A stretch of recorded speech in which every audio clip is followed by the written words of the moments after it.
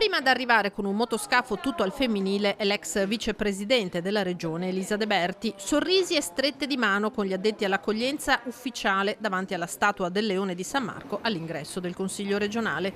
È una Venezia romantica, avvolta nella nebbia, quella che saluta i nuovi consiglieri regionali. Per molti di loro è la prima volta a Palazzo Ferrofini, come le neoelette padovane Giorgia Bedin, sindaca di Monselice, ed Eleonora Mosco, fresca di dimissioni da consigliera provinciale. Il mio cuore è un po' diviso, nel senso che sono felice per il successo e per aver dato un'opportunità al territorio che rappresento, quindi la Bassa Padovana, di avere finalmente un consigliere regionale eletto dopo 10 anni.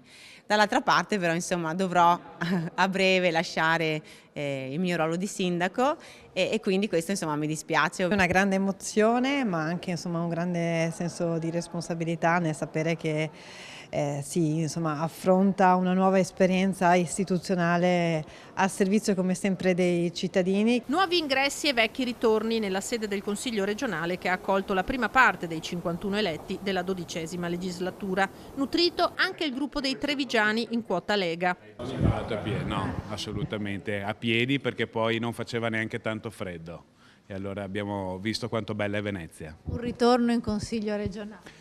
Ma sì, sono anche un po' emozionato perché era tanti anni che mancavo, però vedo che è rimasto tutto più o meno come l'avevo lasciato.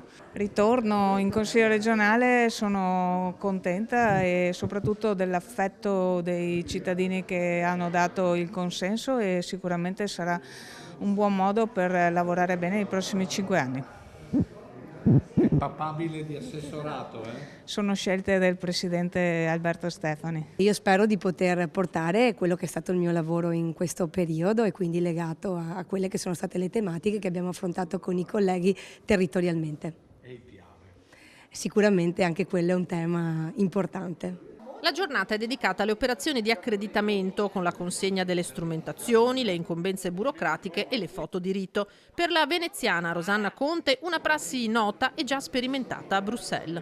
Si sente l'emozione, si respira già l'aria di squadra, di sintonia anche con i colleghi. L'atmosfera è quella del primo giorno di scuola, in attesa del primo appuntamento lunedì, quando ci sarà la prima seduta che sancirà l'insediamento del Consiglio regionale alla presenza di Alberto Stefani, e nell'occasione si conoscerà anche il nuovo presidente.